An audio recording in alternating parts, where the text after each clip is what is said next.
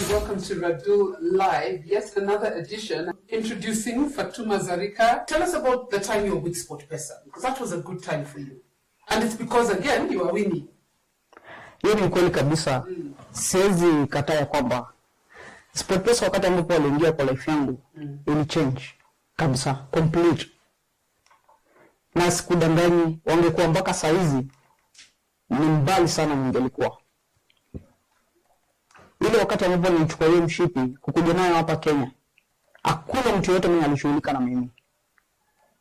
Airport nilikuwa peke yangu, mtu yangu pale ndio alikuja kunichukua airport.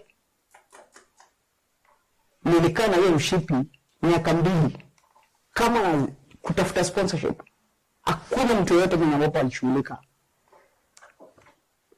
Mtu mwenye ambapo nilienda kwake bishi yangu ambapo anaitwa Vincent Martha, familia tu ya ni kazi ya Uhuru. Nikaenda nikamlilia, akaita mtu SportPesa, akamwambia tu at least wanipatie kazi yoyote, na hivyo ndio maisha yangu ilichange. Since SportPesa left, hakuna mtu yote mwenye ambapo anaongea mpaka saa hizi. So hii ndio Kenya yetu ambapo sisi tunang'ang'ana at least tuweze kuinua Kenya yetu, but hakuna mtu yote mwenye ambapo anakushika mkono hivi. There's a time you put out a video which I mentioned earlier on social media. I know I reposted it on mine as well. You were very upset with it. Yeah. And you were telling them if you just relate what you were saying in that video. Okay, kitu ambapo nilisema ya kwamba sikusema kitu mbaya. Ilikuwa ni mimi. Niliambia vizuri sana kama sitacheza, kama sita defend belt yangu itachukuliwa na watu wa WBC. Nilijaribu nikatembea mpaka nikaenda kwa Minister of Sport kwa ofisi kuomba sponsorship, at least niweze kuweka hiyo game hapa. Ilishindikana kabisa. Nikaambia niende Mexico ama mshipi chukuliwe. Ningefanya nini? Ilinibidi niende Mexico. Niliuzi game. Sikupenda kwangu. Hivyo ndio kulikuwa. Juu ningechezea home, ningepata watu wenye ambao wananisaidia. Mshipi bado nilikuwa hapa. But sikupata mtu mwingine mwenye ambapo alinisaidia. SportPesa wakati walitoa, ikawa sasa maisha ilikuwa imesimama. Unaona? Nilienda nikacheza game na nikasema juu vitu vile ambavyo niliona online zikiandikwa sikufurahia kabisa. Siwezi shinda game juu ya watu, ndio watu wafurahi. Siwezi umia watu wafurahi. Ndio kwa maana nilisema vizuri, nitacheza kujifurahisha mimi. Na pia ni survive juu ya watoto wangu. Sitacheza kufurahisha watu. Nilikuja na hiyo mshipi Kenya. Tumekaa na hiyo mshipi. Nilikaa nayo 2 years before SportPesa wakuja wanisaidie. Hao wa Kenya walikuwa wanajua kwamba kuna WBC Kenya. Hakuna mtu yote mwenye ambapo alikuwa anajua. Hakuna mtu yote mwenye alikuwa anashughulika. Natembea miguu kutoka kwenye natoka niende kwa mtu at least aweze kunisaidia. But hapo wako wanasema nilienda Mexico, ninauliza mshipi yao, mwenye anaitaka aende Mexico akaichukue. Hivyo ndio nilisema. Tungekuwa na umoja, niko sure vile hao watu wanajua wako, tungesaidiana at least tuone Kenya yetu ikiendelea. Na pia gava iweze kutusaidia. Gava yenyewe itusaidie na kitu yote. Government has never given you anything. Hakuna kitu yote. Kitu ambapo nilikuwa nasikia uchungu, tena bado nasikia uchungu. Watu wote wenye ambapo SportPesa ilikuwa inaleta hapa, nacheza nao, wanarudi kwao. Mtu anapewa nyumba, mtu anapewa shamba, amelose game. Mimi nimewin na government. Hakuna kitu yote, hata shilingi. Even recognition. Hakuna kitu yote. I'll give you time to take a break. Hello and welcome to Radull Live. So good to see you this afternoon, guys. I am here with the Kenya Sevens head coach, Innocent Namkos Simiyu. Let's talk about you and coaching the national sevens team and the fact that you are hired, then you are let go, then you are hired. Yeah. How many times? Twice. I was fired once. Then you were hired and fired and hired. Then now again, I've been hired again. Yeah. I know you can't talk ill of your boss. I don't expect you to. Yeah. But what are the challenges that the federation goes through? Because I'm assuming you understand them when somebody hires you, fires you, and then hires you again, and you accept the job. It means you understand where they're coming from to some extent. Or what do they tell you in the back room when they're hiring you back? I mean, what's wrong? What's the problem? I think the problem with sports in Kenya generally, I don't want to speak specifically about KNU, I wouldn't expect generally in terms of sports in Kenya, is the governance in sports is very poor. And there's a lot of work that needs to be put in regards to the governance of sport. Because the process of getting hired, you find it's very professional and you'll be interviewed by professionals. But of course, when you get to the point of a part of appointment, then now that's where the politics comes. But it's not bad because I can't take it as in it's something negative. It's just that the way sports has been structured in Kenya, it's the reason why we have that politics at that top level, because we only have the clubs as the biggest stakeholders who are running the sports through the federation. Because all federations, as per the Sports Act, the board is selected by the clubs. The club chairman or but there are other stakeholders. There are the media, there are players, there are referees, there is what else? Yeah, so there are other stakeholders who are not represented there. And that's where you find sports has a really big challenge and everybody wants a say. Yeah.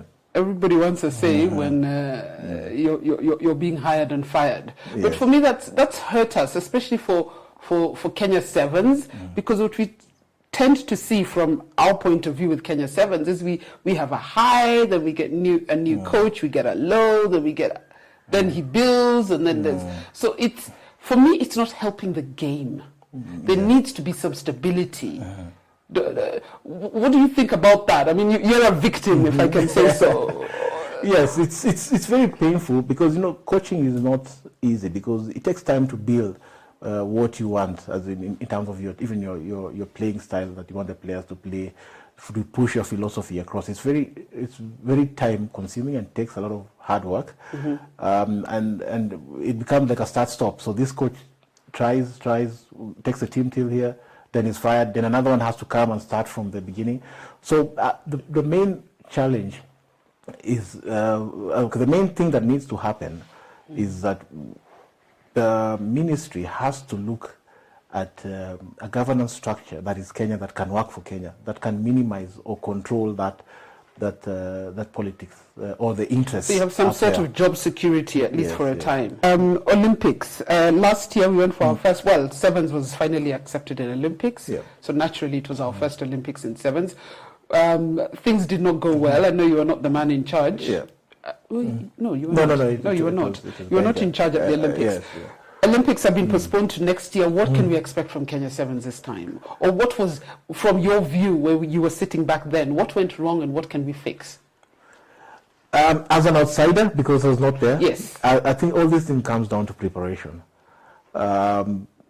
We have a very, can I say, lazy way of preparing, where the committee NOC, which now they have changed this year because I've been involved with the planning part, in that what they used to do, you will wait till a month to the Olympics, and that's when now you start preparing. You're brought in for the camp and everything, and guys are paid allowances and you move on. Spots. Yes, everyone is put, and it was more like ticking a box that yes, we've prepared them. But what the committee is doing right now for NOC, which is very impressive, is that they've started the preparation now. For those who have qualified, we start the preparation now. So I believe if we continue like this, and we're hoping to have a first camp next month. If we continue like this, then there's a high chance that the teams will perform well. There's a high chance that rugby will perform well. But for rugby also, we have our own Achilles heel. We need to sort out our environment so that we have a high performance environment and not only depend on the knock, what knock is offering. Yeah. When you started, you mentioned that your mom used to take you to Kibera. Yeah. Is that when you were a child? Yes. Is that where you got your inspiration to give back? Because yesterday when I posted on Instagram that you're coming on the show, so many people seem to know what you're doing, especially in Kibera and Kawangware, and your charitable contribution under the Jonathan Jackson Foundation is out of this world. Well, thank you. I appreciate that. And I just say Kenyans are amazing. Their heart to help each other is incredible. And this is what often gives me hope that we can actually make a change in our country, because we do care for each other a lot, and more than probably most nations in the world. And so so when I go into the communities and I'm there, you meet so many organizations and Kenyans going in there to try and help the other Kenyans, their neighbors in the local area. So I'm so grateful to groups, because we've now joined up with Kabamba TV, the Christian youth group. They sort of help us and during this Corona period, as you will see and anyone who's following the Jonathan Jackson Foundation story, we have been helping because of our connections in all the different slums, and not just those two, and all the different communities. We are actually distributing food, and we distribute other people's food, but we also raise our own funds, and also I provide a lot of it myself as well. And we've now done 1.8 million meals, and wow. In our next round, which will be in a week's time, will be over 2 million meals we'll have distributed just within Nairobi. And we've also, that's about 240 tons of food we have done. Wow. So, and it's good for the football team. It keeps them fit, They're running around with all this food and packing it, and if you watch it, there's some exercise for them. So that's been a good thing. And I'm so grateful to all the Nairobi City Stars players who come in and regularly, and even Patrick Kororo is there. He's always there, always in the communities, helping to carry food. And we're distributing it to really sick and elderly people. And there are so many sick and very elderly people and their families, they've lost their jobs, they don't have work anymore, like all of us. Yeah. But then they're elderly and they're sick, to suffer really badly. They can't even hustle, They can't even hustle. So with Kabambo, we've been having, thankfully, this is a great opportunity to be able to really distribute. It's not really what I want to do, giving out food, but during this Corona period. This year is about survival, I think. Survival. This year is about survival. I like that you're using the players as well. Mm. In fact, you say you're using them, but I think they're using you, in quotes, because there's an aspect of sport where you need to be a responsible human being. Yeah. You need to be an upstanding individual to succeed in sport. The level of discipline and all the attributes you need to be a good sports person. So I think I like the fact that you're teaching them something besides kicking a ball. Yeah, it's very much in my heart to do that. And one of the things too is that we do is not just kicking ball, and our coach is extremely tough on them, and they rather like that, I think, because they have a great respect for him.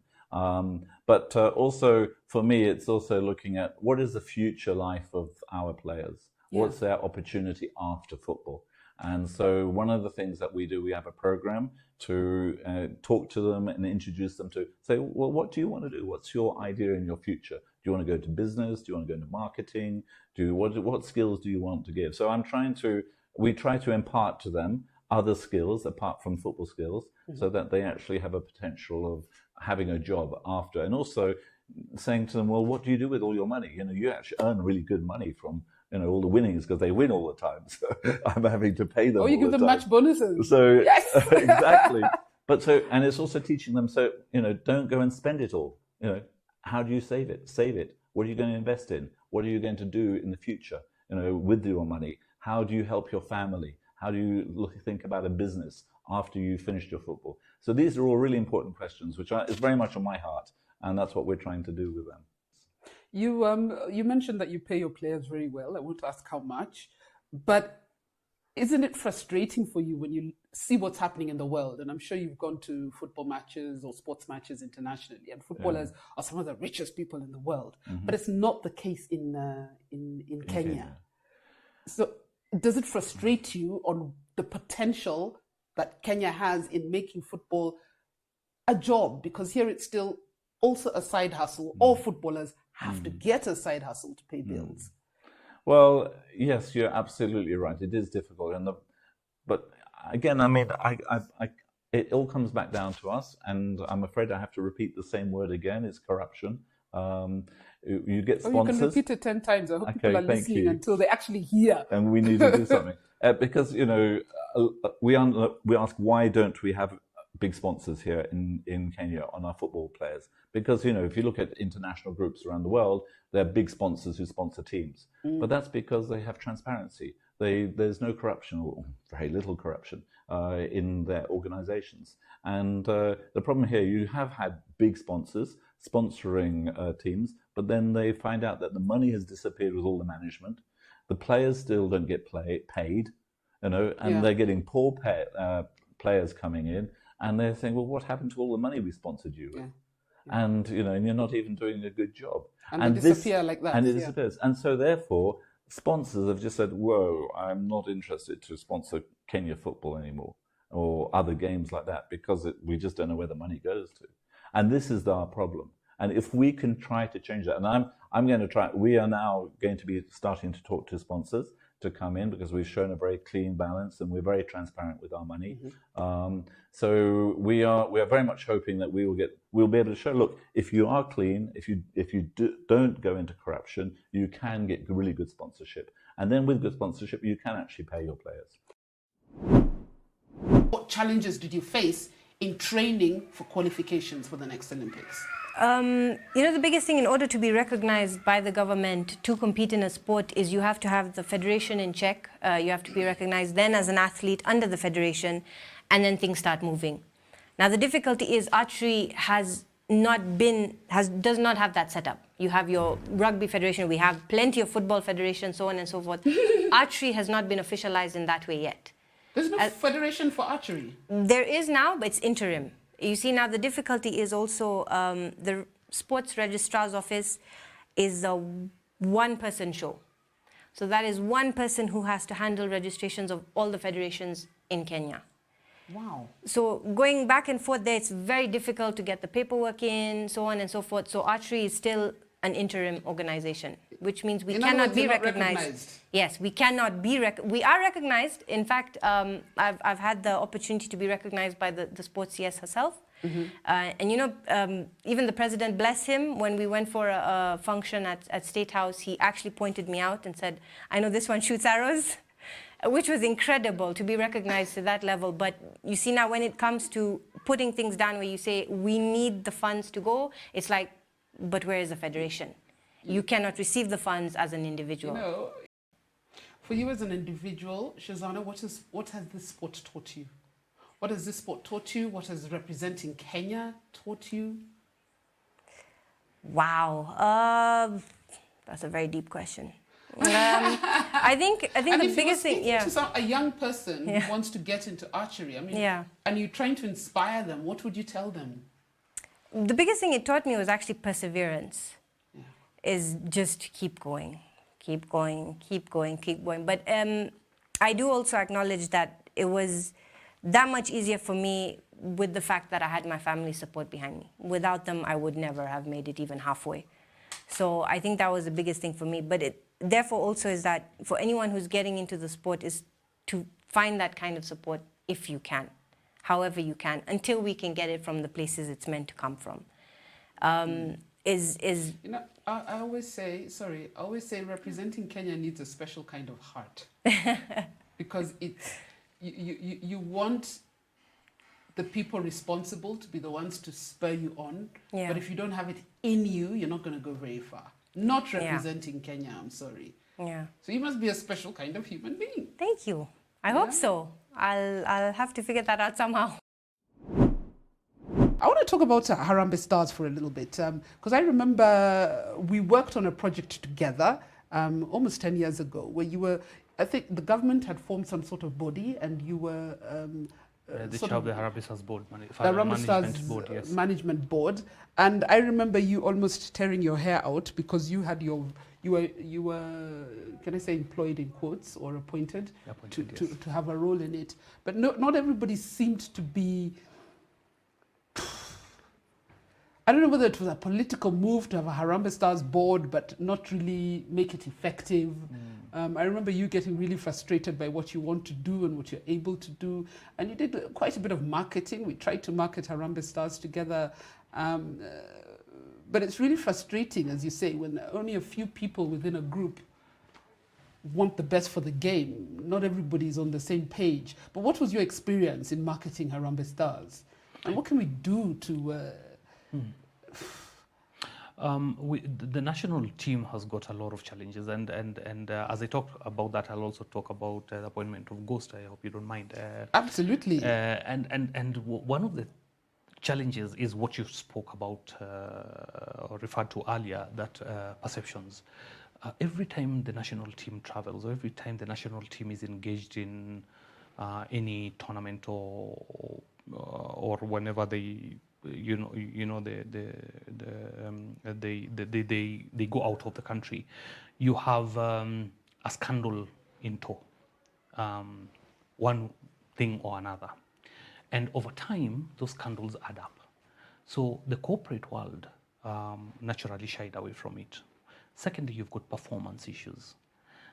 Human beings in everything that we do want to associate with success. Absolutely. And they want to jump onto the bandwagon. They don't want to see the hard work behind the scenes. But when you become successful, everybody wants to associate, and everybody wants to... Everyone wants to buy you breakfast. To buy you breakfast and to attend all your, events and functions. And Harambee Stars, and you can see it even whenever they play at home, the stadia is half full when they're not doing well. But when they're doing well, they get one win and you have the stadia, jam-packed.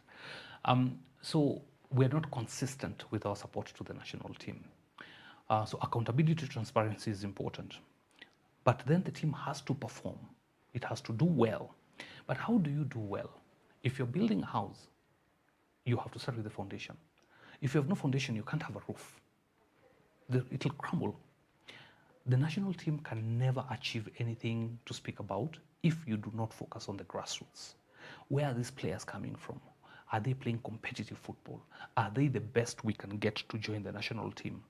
Is the process of appointing them to the national team transparent, open, and based on merit? These are the things we need to ask ourselves. Because which sound basic, but not really it happening. Doesn't happen in real life. Yeah. So my frustration then was that there was so much apathy towards the federation from everybody. And that's why the board was formed. Because if the federation was doing its job, there was no need to have a management board. Because first of all, they could not account for the monies that they were being given. So it was decided then, and that time it was the coalition government of Raila and Kibaki. And they said, can we appoint a team to oversee the campaign? And it was specific to that particular campaign. And we saw fire in terms of how the demand for resources and so on. But we managed to do what we could at that time, and our term came to an end. And I gave the audited report of what it is that we did to the appointing authority, and we called it a wrap at that time. But when it comes to appointments of coaches for the national team, especially now with Ghost on board, I have a lot of respect for Ghost Mulei. I've known him many years. He's been a scout at our tournaments, our leagues. He's always looked for players, and he's always gotten a few to join either other top-tier teams. I have a lot of respect for Ghost Mulei. But he will not, unfortunately, he will not achieve much if he does not have the right support from the federation and from all the stakeholders. So it does not only have to be federation, but all stakeholders. Stakeholders meaning also the government, also meaning the funds, also meaning the players. Oh, and fans have to be patient. We never are. One loss and you're out. Exactly. But also he must be very tough and very strong and very resilient in terms of how he wants the national team to progress and to perform. I hope there will be no issues of conflict of interest with academies and with appointment procedures and so on. So we've got to be careful also not to get the politics involved and destabilize his tenure. But as long as the foundation, which is the grassroots, is not taken care of, as long as the process of getting players to the national team is not open, transparent, and on merit, we will never progress, regardless of which coach you bring on board. It could be Mourinho, it could be whoever, it does not matter. As we say, garbage in, garbage out. You need to get quality in to be able to get the right quality output out, churned out. So Ghost has got his work cut out. I want to talk about our international performance, because when I see hockey in Africa, all I ever hear is South Africa, South Africa, South Africa. Internationally, where do we rank? I think right now we are around 50-something. 53, 54. But I mean, in the African continent? In the African continent, as of the last tournament, we are ranked third, right? Third or fourth? Fourth. Fourth in Africa? Fourth in Africa. We are usually number 2, but we've gone down a bit to fourth. Actually, yesterday I even posted and I said we're usually number 2 to some. Which are the other countries that give us competition? Ghana, Zimbabwe. Those are the main. The other countries that do play are Namibia, Nigeria, right now Egypt, and our neighboring countries, Tanzania, Uganda. We're also growing. I think we have more than 20 countries right now in Africa. And what are our chances of getting to the Hockey World Cup? Or that is. Well, I think. What do they have? They have international championships. I think a few years ago, up until now, the rule is there's only one country that can qualify. From Africa. But in the future, we are fighting for at least another place so that we can have more exposure from African countries. Not just so that, but if we beat them in an African tournament, then we do have a chance. So as long as we train properly, prepare properly, then the sky is only the limit. In fact, I was going to ask what is missing from where we are now and to take us to the next level. Because when you say when we train or prepare properly, what are we not doing? Okay, first and foremost, I think the Kenya Hockey Union is working on replacing the infrastructure of the pitch. The pitch itself is more than 10 or 15 years old. The Astro is really old and it's falling apart. When so you said we only have one venue. We have several venues. I think the East Regional Championship is supposed to be held at the Simba Union in January, which is what we are preparing for. Unless COVID happens and it's postponed, and that's the best Astro turf that we can use. There are other ones, Benton College and other places that have private ones, but that's it for now. Hockey has to be played on AstroTurf? Yes. Can you make a living from hockey? Do you make a living from hockey? In Kenya, no. In Kenya now, no. Because the only women's club that was making a living out of hockey was Blazers, formerly Telkom. And they were being sponsored by Telkom at that time, and we were earning from the sport then. But now, since they pulled the sponsorship, I don't think there are any teams that can earn something. Maybe on the men's side, Butali, they have a sponsor, and I think they've won the league the last 2 years. So it gives a boost, definitely. But playing in Germany, are you paid? Germany is like an exchange program. So basically, they cater for everything of yours over there. So they'll pick your flight, they'll give you accommodation, they'll feed you when you're there and make sure you come back. So it's basically, you can't get anything out of it. But then that's unfortunate, because for me then that's a huge missing link between what we do and what South Africa has done. Because South Africa has managed to professionalize their hockey, even their rugby. Yes. When I tell people our rugby players, even Kina Collins and Gerard, they're semi-professional. Yes. They're not fully professional because they still have to have side jobs. So I think, you can't focus on the game, because these are people who wake up, you train, you go for a massage, you go and steam, you play hockey. Hockey is what you do. Yes. But here, you then need to get a side hustle. Yeah. And a job. But then that's huge. Then for me, the hockey union has a lot of work. As much as you're saying they're organized, which they are, when it comes to training and all those things, if they market you well, then won't corporate sponsors follow? Definitely. Definitely. We agree with you on that regard. I think we can only do what we can do with what we have. So, which is what we're trying to do. But like you said, there's room for improvement. As a union, I think we need to expand our marketing strategies and set up, and hopefully this can turn around. Allow me to introduce this gentleman, this icon, this legend, Humphrey Kayange. As I told you, avoid the French. That is not French. It's not Kayange, despite where he comes from. It's Kayange. Yes. Humphrey, how are you doing? Good. The moment you guys realized you were going to win Singapore, take us through that tournament, the feeling. What was it like? And finally getting it done. Yeah, I think Singapore's coming. That year we played well. And the previous weekend in Hong Kong, we came close. We played in the quarters. We didn't proceed.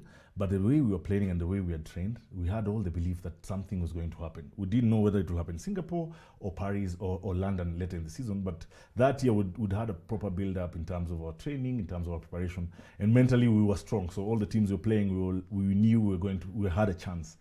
I think the biggest game was the Argentina game in the semi-final. And winning that game, I mean, the confidence that went to another level. We always say that you get in the final, you're not sure you're going to win, and your final, you're playing Fiji. You're like, what are the odds? But I think from where we'd come in terms of our preparation, and Benja and how inspirational he was in terms of our preparation, he used to tell us, there's no one in this circuit who will stop you guys once you guys start steamrolling. And for us, we got to the final, said, let's enjoy this game. Whatever happens, we're in another final. Let's go out. And we took Fiji by the third, and it didn't want, as soon as I started scoring, we scored and kept on scoring. And we started believing now halfway through that game that this is it, boys. Let's you guys were like monsters. Yeah. You were high on something, you know? Yeah, the preparation before that season was great. We had Kim ensuring that we were very strong, very fit. We had Benja on the game plan. And in terms of a unit as a group, we had grown. So we knew we had lost so much that we knew once we get a chance, we don't waste it. And it was good. I mean, halfway versus Fiji, and you're leading. I just knew we need to score 2 here, and the records are there to be broken. I lost my voice thanks to you guys. You know, from quarters, you're like, oh, they're going to get into semis. Yes. And then, I lost my voice that day. But it was so worth it. Yeah, that was such a moment. You look back and I look back at the 13-year career. Talking about the Olympics, the Rio Olympics, where you were a player. I know as a rugby sevens team, we did not do well. But as a highlight to your career, I mean, the Olympics is the ultimate in sport. Just qualifying puts you on the map. Yeah, Olympics, unbelievable. I think epitome of my career. I think a few years back, 2009 was it, when we were campaigning for rugby to go into the Olympics. I was part of the panel with the likes of the late John Alomo, likes of I remember. So for me, in 2009, I was saying, no, yeah, I'm just doing this. I don't know whether I'll make it to 2016, and then being able to be there, and now knowing, the Olympic Games, this is what it means. Over 10,000 athletes in one place, top athletes representing sport. I mean, that's the highlight of my career. I'll forget about the results for a bit. And the Olympics is all about participation. Let's be there and being able to experience the Olympic values. I mean, friendship, excellence, respect. I mean, some of those things which are embodied around the village is what you want. You have to be there. I mean, to experience. I mean, I'm sure you would want a time where rugby can actually pay your bills. Can we see that happening? Actually, for women's rugby. But I'm looking forward to. Let me just face the camera, because if there is any sponsor out there who has money, who wants to see value for his or her money, I can bet on the Lionesses. This is a team that will give you value for your money. I'm looking forward to a day that I'll have ladies professionally, fully paid. We don't have to hustle for jobs. You don't have to, like, you're doing your trainings haraka because someone has to leave. You can't even focus. You can't even focus. And if you look at so many teams that we play with, let me start with South Africa. You see the way they play their games, the way they are good. They are in a professional setup, and currently they're being paid same as men, you see? And they're living in a camp setup that there's no excuse that I'm going to work, I'm going to work. This money that they're getting paid there is enough. I'm also looking, I'm appealing to corporates, I'm appealing even to the government. If you need to increase the allowances for the sake of lionesses, then this is the time to do it. This is a team that will do wonders in this country. This is a team that will go to World Cup. There's one thing we didn't touch on, and that's the facilities for training. Oh, you said when you were in Rio, one of the things is you just looked at the pitch and you didn't even know where to start training. Here, things are just so different. Do you even get time to train, or you share the facilities with men as well? What happens? How does it work? Or you have to find your own time to train. If the men's team is training, you can't train, and vice versa.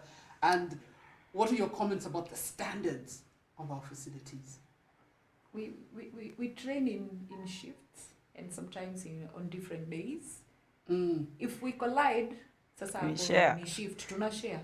Tunapiga shift. Nusu. Half. And I can say facilities. That's a tough one. In comparison to what you saw in corporates, you need to come through. That's a tough one, especially for ladies, because us, you're not like men. Men can change anywhere. But now being a lady, I must wear my sports bra, I must put on my bikers, and you find like we have a small changing room like this, and you're like maybe 20 players. It's a bit crazy for us. Maybe showers. I think that is most of the thing that keeping women away from sport, because nobody has thought of women facilities. Exactly. They just use what has already been built. So sometimes we even share with the men. Yeah. We've shared the men's changing room because it's what is there for us. And by the way, when we speak about sponsorship, most people or most corporates, they go, wanataka pesa. Sponsorship can come in different ways. Yeah. You can say like, I'm going to put up a container here or a structure specifically for the ladies. The gym. Then you put up another structure, you say this is the ladies' changing room and such things. When we talk about sponsorship, it's not always money. That unaleta pesa. Yeah. There are so many things that can go a long way. Even kits. Not necessarily ukuje ulete hapo pesa ya allowance. Sponsorship is just say I'm gonna sponsor them with boots or socks or shorts or things that will cost you money. Exactly. Yes, or a fully equipped gym. Like I normally say, you say at Kenya Rugby we have Alpha Fit just next to where we're training. Yeah. It is a fully equipped gym. Someone can just pay for the lionesses that have paid for you for 6 months or have paid for a whole year. Exactly. For you guys to have your training here. So you don't have like ulete pesa, solid money for, there are these small things that count. But again, if you have enough money, we still need also that money for different things. Because we do meals after trainings, we need allowance. You can even have a sponsor who will sponsor our breakfast or lunch after training. You can sponsor even meals after training. So we have a lot in sponsorship, and the best way to know how you can sponsor is just visit the Kenya Rugby offices along Gong Road. So when you go there, you'll meet the best people to explain to you how you can go about it. That's great. I want us to talk about infrastructure. And you mentioned that you have some level of infrastructure in Nanyuki. No, I have no faith in my own country. I'm so sorry, especially when it comes to infrastructure. Yeah. But it is a challenge for you, isn't it? And then I'll ask you about whether you've had a chance to play in some of our courts during your few weeks you've been in Kenya. Oh, yeah. What I can say is, like when you look at like international standard type of basketball courts that we have in Kenya, I can only talk of Kasarani. And we rarely use Kasarani. The last time we were using Kasarani was when we had Super Sports.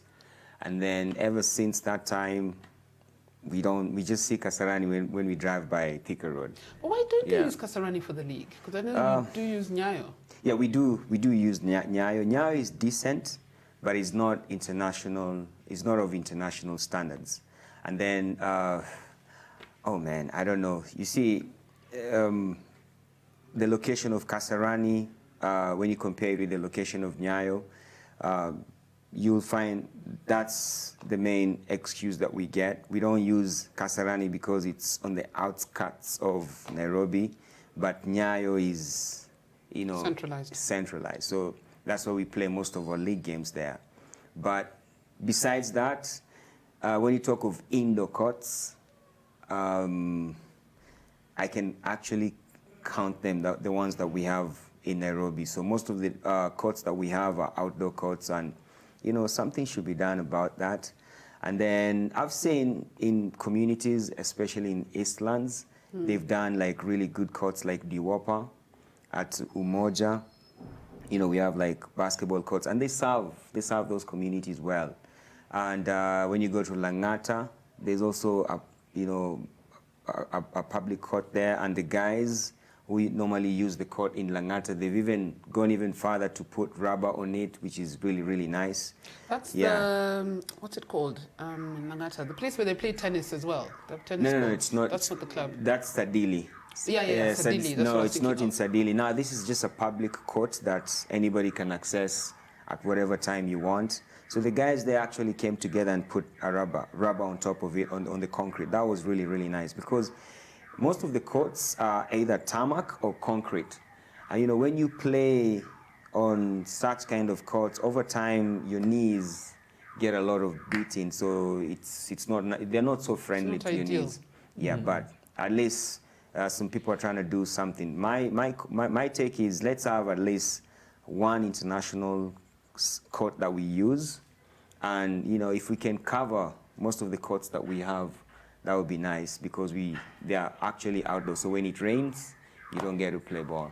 But for the game to grow, we almost need one decent court in every county. I mean, that's what we're trying to push for football. Instead of giving us these 5 state-of-the-art stadia that we're never even going to fill, give us decent courts or pitches in every county, so that, because I'm sure there's talent in this country we're not even discovered, because it's up country. They don't get to access Nairobi. Yeah, that's true, because you see, right now I'm just talking about Nairobi. Yeah. Yeah, and we have all these other, you know, we have amazing talent out there, especially northern part of Kenya. We've not even tapped that. And they have height. They do. Yeah. When you go to Mombasa, if it's not KPA, I'm not sure how the other the courts over there, how they look. I can talk about Nanyuki, because that Mount Kenya region, I've been there. We don't have an indoor court there. It's outdoor courts. And if there's an indoor court, probably it's a basketball court in a school. You can't freely access it. And you know, it's just something that needs to be done. Yeah. Have you managed to play basketball? Have you managed to experience some of the infrastructure since you came? I was just training with the team at Nyayo, so that's really the only court that I've experienced. That's one of our best. Yeah, and as Griffin said, for me, I'm used to playing on wood floors, so that was a new experience for me, playing on the rubber. But you know, if they could even get more courts like that in local communities, because you know, the rubber floor is it's good here, because if it rains, I know some, you know, the roofs leak and whatnot, or it's multi-purpose as well if you want to use it for other functions, because wood you really have to take care of. You have to polish it every year, and it can be expensive. So if they could at least get rubber courts in every county, like you said, that would help tremendously. But at least centrally located, they should have one international court that everyone can use.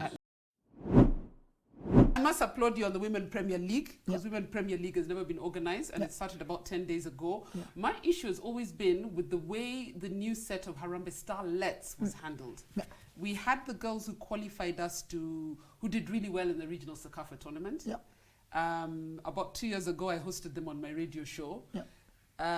They were looking for allowances that dated back almost another 2 years or so.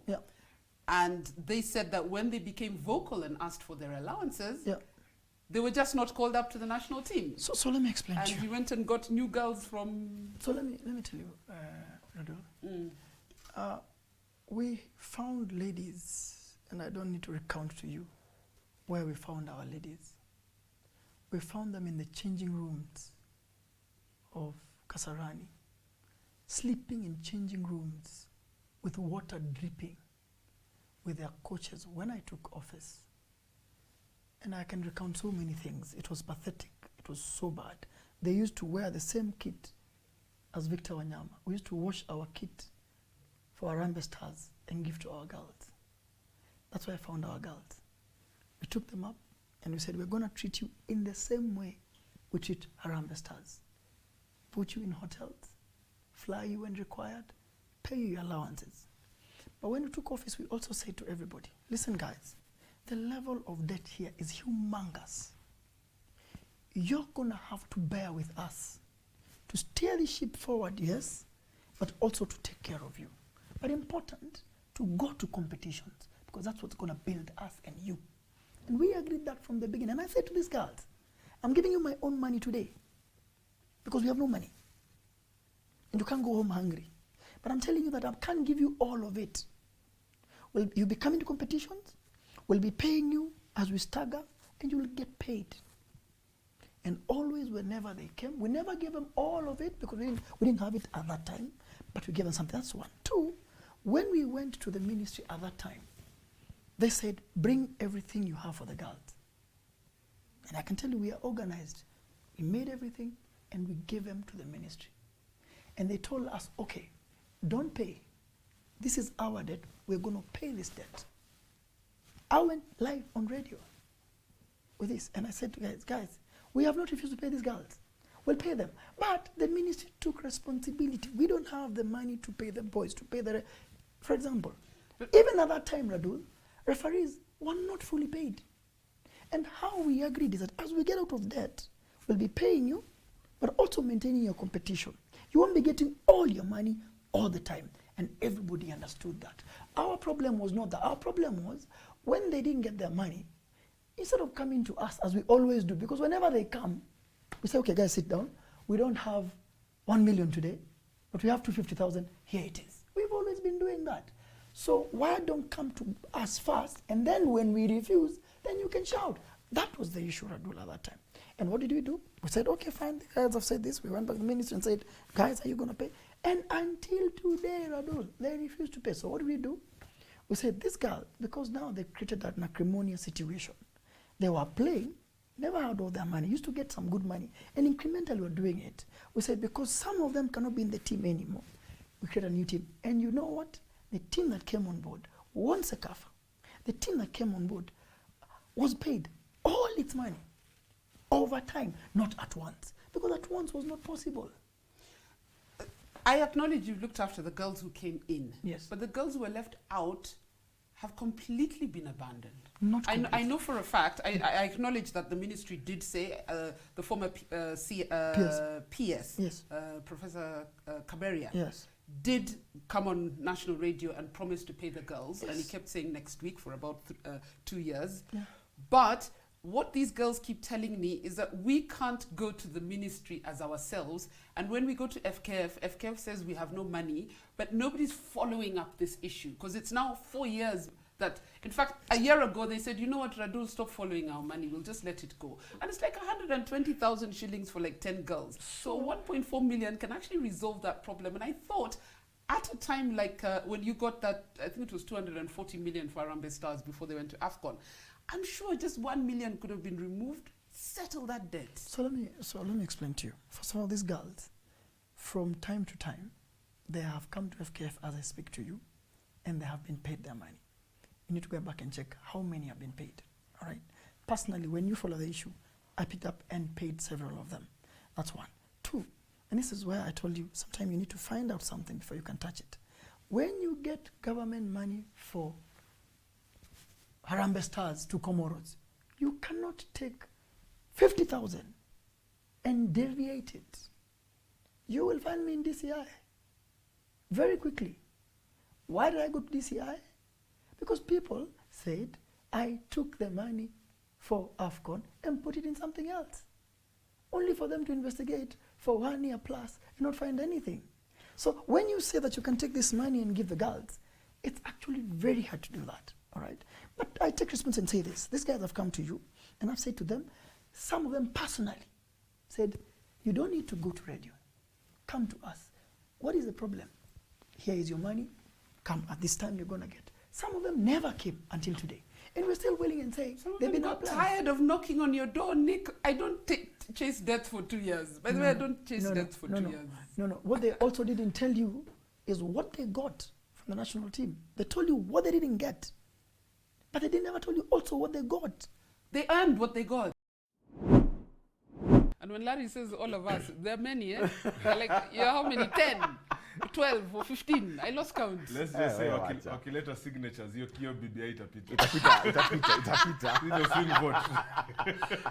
I mean, one thing, there was a time we went to, it was in George in South Africa. So you normally, like, during the midweek, we have like a CSR activity. You go to a particular high school and teach them a few drills. And you know, we're coming to teach these 10-year-olds a few drills, and they can actually pass better than us. So we're actually learning from them. So you can see how they've taken it back. Pretending. They've taken it back to the basics of school. And also, I think the fact that Kenya has become now a core team in the World 7 Series, it's exposed us to much, much more. I remember there was a time we were sharing a changing room with South Africa, and they had, when you look at them, they had something not bulging, in a bad way, bulging on their back. So we were looking at it, we're like, what's this? So after their game, those are the heart rate monitors. So it's unplugged and it's plugged into a laptop. There's none of you can have a laptop. So you guys are playing on the pitch, the heart rate is being monitored. So they can know Lavin is tired, sub him now. Neni is tired, sub him now. So you're wondering, you're playing against these guys, but it's like you're not on the same level. Nyinyi hata mtabeba laptop. You two sub have to go like this way, coach. Sisi laptop ilikuwa moja ya toti na iko na Microsoft Word peke yake ya kuandika reports. They have someone who travels with the team for that particular purpose. He's an analyst. That's why after your game, you're playing South Africa next. He's already taken a copy of our previous game. He's analyzed the game we've won and the game we've lost. So he knows our strengths and he knows our weakness. The thing about taking to the next level, by the time we're winning Singapore, these are some of the things that had to be injected. I mean, I know we try and we push for local coaches, but when you push for local coaches, we also have to support them. There's no use having Innocent Simiyu there and you're not giving him the same backing that you give Mike Friday. Sorry, I have to say something. Yes. You know, ice bath. The ice bath, where you get in the ice and you... Yeah. The first time I saw it was at Safari Sevens. It's supposed to be a common thing for like rugby players. Yeah. Yeah, man, I'm wondering why are guys getting to that thing. I had to look it up later, ice bath. So when you're telling us earlier on, like in Afila with culture shock and everything, that was for me. But in retirement, that I'm shocked. What are these? This is a normal thing in rugby. It's a normal thing for most people. Don't worry. There's a famous national 15s coach who saw it in an international tournament and told his players, "Musiingie kwa hiyo pipa." Musiingie kwa hiyo pipa. He will remain nameless, but the people who know that story know. Basically, if you receive the same support Harambee Stars get, and I'm not saying hate on your brothers, because even Harambee Stars deserve all the support they get, but if you, when they said 240 million shillings, has that amount of money ever been attached to women's football in any capacity? You know? And you're not hating on your brothers, it's just... No, but if hizo do kama sisi tuliqualify ile AFCON, hiyo do ingetupatia, ingekuwa do fit ingetumotivate, but... You would have come back with the trophy. Tungepeana good results, sababu sisi ni kuchocho tu, tukichocho tu na kitu kidogo tu hivi, tunapata akili zetu everything, and we perform in a good way. So I think ni tradition, juu unapata from the league vitu sipo. Compared, mimi nacheza WPL na kijana mwenye anacheza KPL, tukikutana hapa hivi nje, those are two different people. Nakutana na kijana mwenye anacheza KPL na anacheza national team, tukisimama naye hapa ameniacha na mbali. So ni kitu tu iko ndio imetransform mpaka huko juu, unapata wale wakipata hii, sisi hatupati vile. I think ni tradition tu yenye iko, but wanafaa kuangalia at least watashughulikie naye. Sisi tunauliza gani saa ngapi mtatupatia tuwafanyie kazi. I think unaona kama hizi ma West Africans wanapata same support as men, na unapata Ndo sababu ukiangalia Nigeria, South Africa, Ghana wana perform more kutushinda sisi, na si ati sisi hatuwezi perform kuwashinda. I think the last match tulicheza na Ghana tuliwafunga, nao hata itufunga tena. So tukipata tu support, hata si ni pesa tu, tuseme support, tuseme tu pesa. We get everything. Tunapata kila kitu, we have everything. Tupate kids nini, national team kila kitu iko, everything is there. Pesa ni sabuni ya roho. Pesa ni sabuni ya roho, na msichana unampea tu pesa kidogo. Wewe jua World Cup 2023 tuko ndani. Because I remember in Nigeria I played with another girl who played for national team. Ule ako kwa level ingine, unapata when akienda national team kuna amount of money anatoka nao pale, amesaidia familia. But Carol, let me tell you, sai ukienda hata kwetu, sai nikikwambia nikupeleke kwetu na nimechezea national team, you won't be happy. Sababu kuna vitu sijaifanya.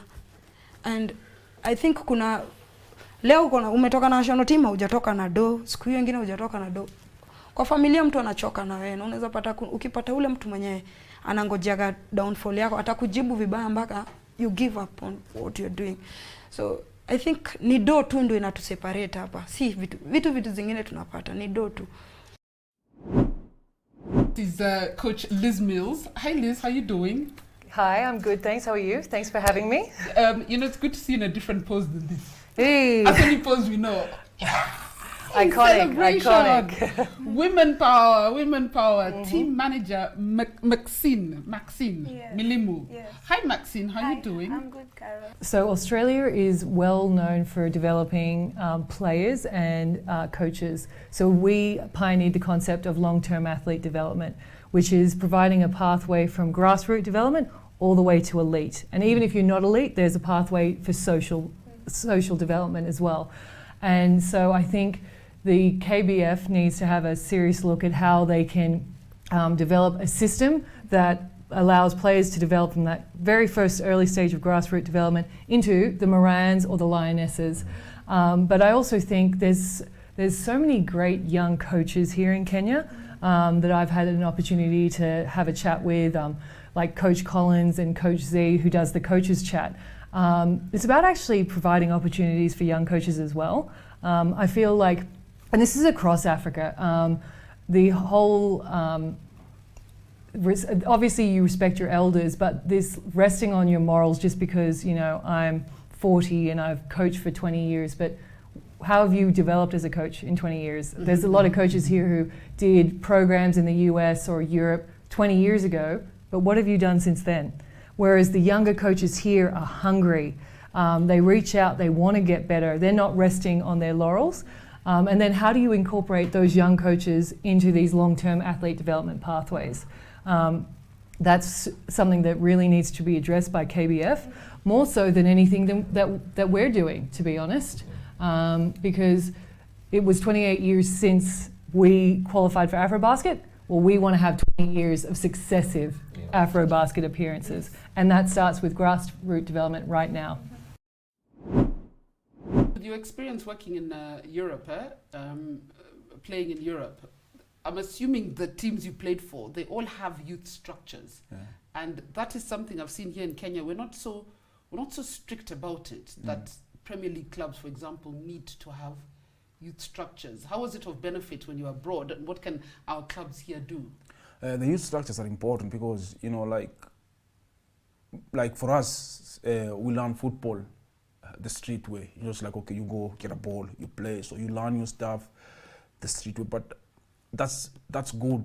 That's not bad. But so you need to learn like the basics of the games. How to make a pass or when to make a pass, how to weight the pass, and what to look at, the rooms to look at, how to think as a football player, and that's what you get in a structured academy.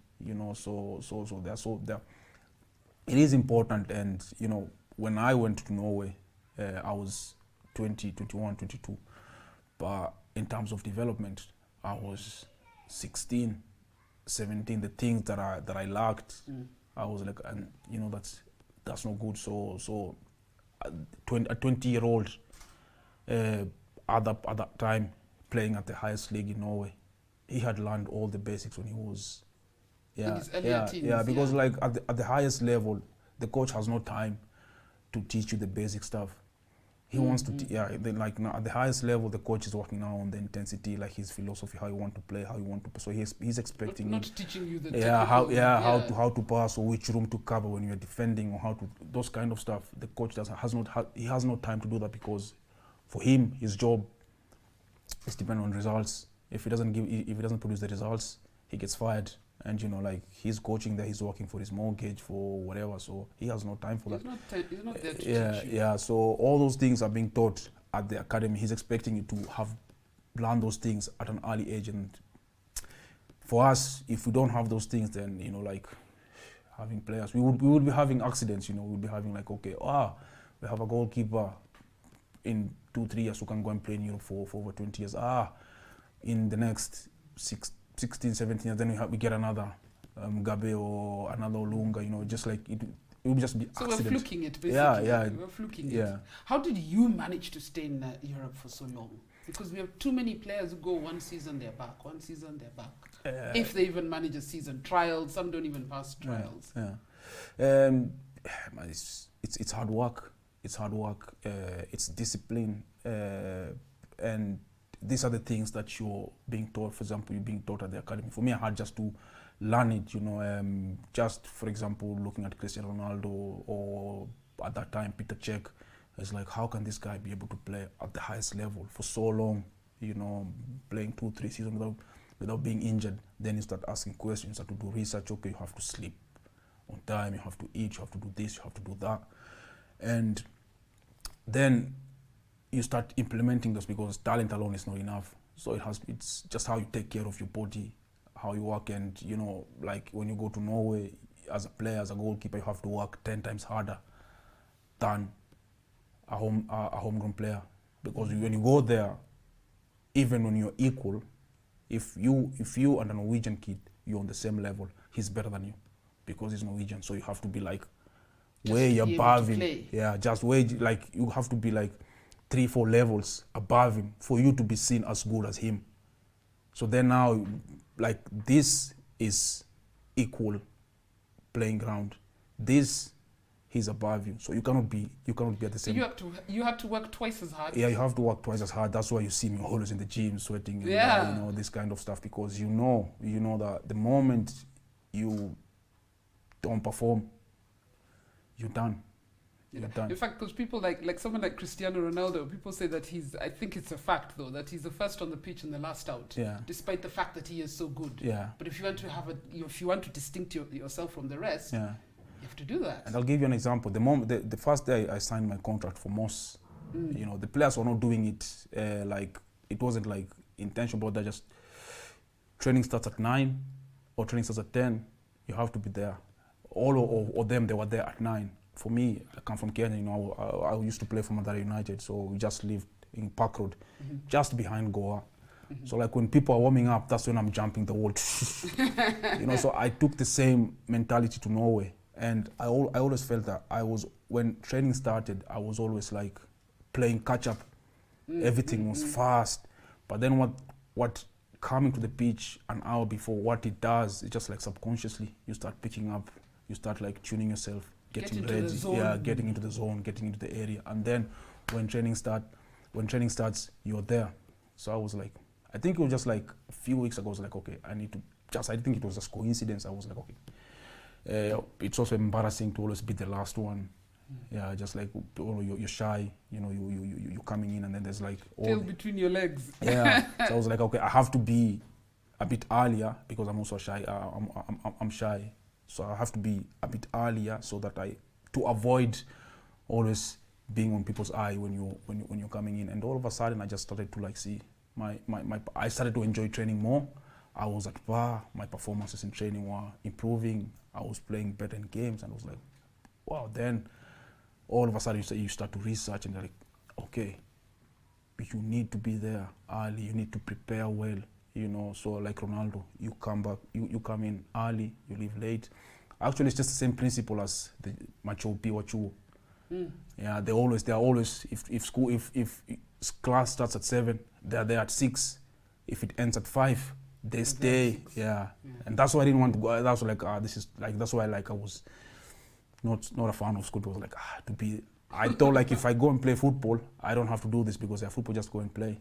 But then the same principles, I realized I have to apply them. You realize if you want to get to the top of your game, it's not play. Yeah. It's work. Yeah. Yeah. And actually, what happens on the pitch is just a result of what you're doing off the pitch. If what you're doing off the pitch is not good, then what's happening on the pitch won't be good.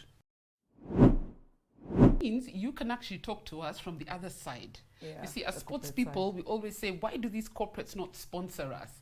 You can speak from the side of the corporate. When, as a corporate, you're choosing to sponsor a side, what do you look for? In fact, it was very deliberate for me to move into, the whole corporate conversation, because it kept bothering me. Why aren't we being paid? I'm an athlete, I'm pretty good. Why am I not being paid at home? Why do I have to think of going to Europe? But whenever I watch European basketball or football or whatever, or American for that matter, you're seeing brands there, you're seeing, players, you're seeing players being treated well. There's this whole conversation, and it's very simple. It's a marketing conversation, it's a product conversation.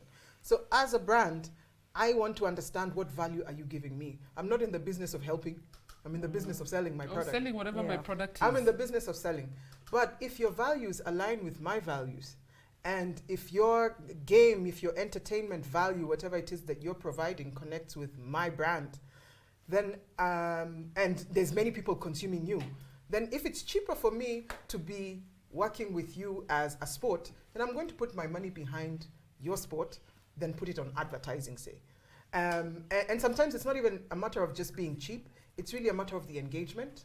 It's a matter of the connection. It's a matter of how much value can I get from being associated with you as a sport vis-a-vis what it would cost me in any other platform.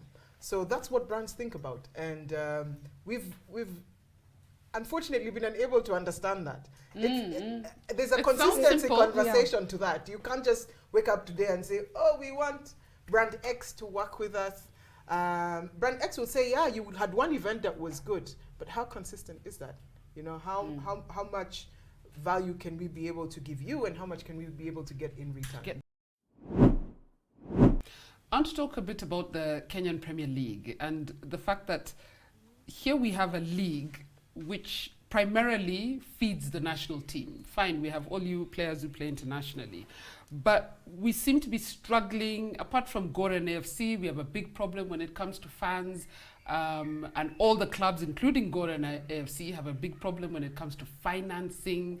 What do you think we can do? What have you seen that clubs abroad are doing and getting right that we can probably adapt in our Premier League, in our NSL, to see our teams and league go to the next level? I think the things that European clubs do, and we don't do it here, I think is to just engage, involve the community more.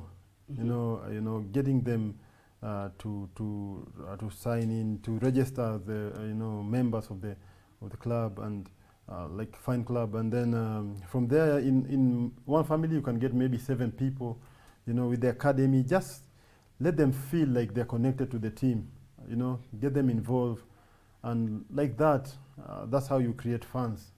So you go and involve community, and then you can grow your fan base that way. I think Gor, they started doing that a bit, and now, like before, I've seen them, going to stadium a lot. FC also, they're trying to do the same. So the teams also, like KCB, I know it's difficult for them, but they can try also, engage the community. You have teams like Kariobangi Sharks. They're from Kariobangi. They can go to Kariobangi and get the community involved. Do some few things to get the community feel like they're connected with the team, and like that they can get fans. Let me talk a bit about the Royal Community Cup, which I think you started about 3 years ago. How many editions have you run, and what was the thinking behind the Wanyama Royal Community Club? The Wanyama Royal Charity Cup. We've done I think two of them, 2 editions, and actually we wanted to let the parents free their kids. to let them know, like, also food, talent can pay. Talent can put your child somewhere, and we wanted them to get involved, to see how their children also, they can change their lives through their talent. So for us, we went and think about it, and we came up with a strategy that, also the part of the prize that the kids win, a part goes to their school for school fees, and a part goes to them and their parents, so that the parents also can let their children, to go out and do what they love. Not to lock them out, don't do this, just go to school and just focus on your studies. But if you combine both, actually they can work, and also, they can change their life through their talents. Where do you think Kenya missed the bus when it comes to African football? Because for me, Kenya was on the rise about 15, 20 years ago. And then all of a sudden we're seeing Uganda's overtaking us, Ethiopia is overtaking us. Where do you think we missed the bus? For me, I think where we missed is when we started fighting, the wrangles, when the wrangles started at the top there, in the federation. That's where we lost our focus a bit, and then we fall behind. But hopefully now we can catch up and get back to where we were. There's an interesting comment here from Sylvester Kiplimo. He says the stakeholders of rugby, boxing, and other sport should seek a way forward on how the players can cope with bills, mental health during this COVID-19 menace. It's really stressful for the players to cope, especially when they are the breadwinners. A lot needs to be done to help sporting fraternity cope during this time when sporting activities have been halted indefinitely. Such a worry. Big worry.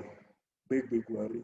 And I honestly, from the experience I've seen and also talking to our colleagues in soccer, but I speak a bit more to them than other federations, the rise of COVID cases is not because of sports. I don't think it's because of sports. It's not. It's other factors, not sports. Sports is what is going to actually help us keep these COVID cases down. So there has to be a real rethink from a Ministry of Health perspective. How can we do sports safely? Because we need it for people to stay active and to stay healthy, not just the sanity. Yeah, and the mental. Yeah, you must have sports. There's no two ways about it. But yeah, it's been really tough on sportsmen, and the support we can give, we should always come forward to support them. And now, I mean, it's only 24 hours since the president spoke, but I do hope that they're considering some sort of stimulus package for sports people.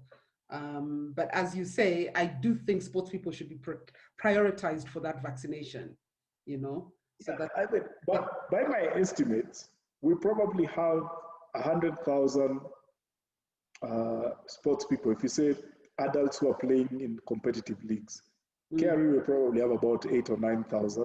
I know football is definitely bigger, but some of the other federations, I don't think have as large a pool like maybe football, rugby, and athletics. Athletics will also have quite a number. So if you start with those, it's 100,000 vaccines. I mean, we can do that and things get back to normal. There's no reason why the government should not be able to facilitate that. So that the leagues go back and so that you're training for the Olympics. And welcome to Radull Live. Yes, thank you so much for watching Radull Live. I know we've gone over today, but the conversation was interesting, And thank you for watching. Let's all do our part, guys. Let's not sit back and wait for handouts and stuff. Let's do our part and get our sports industry.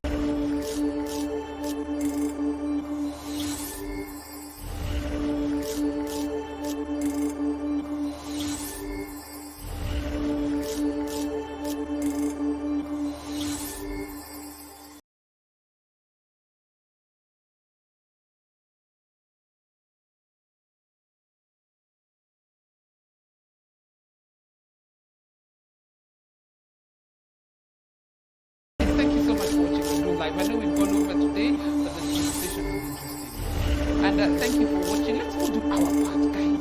Let's sit back and wait for that. Let's do our part and get our sports industry. Thanks for watching.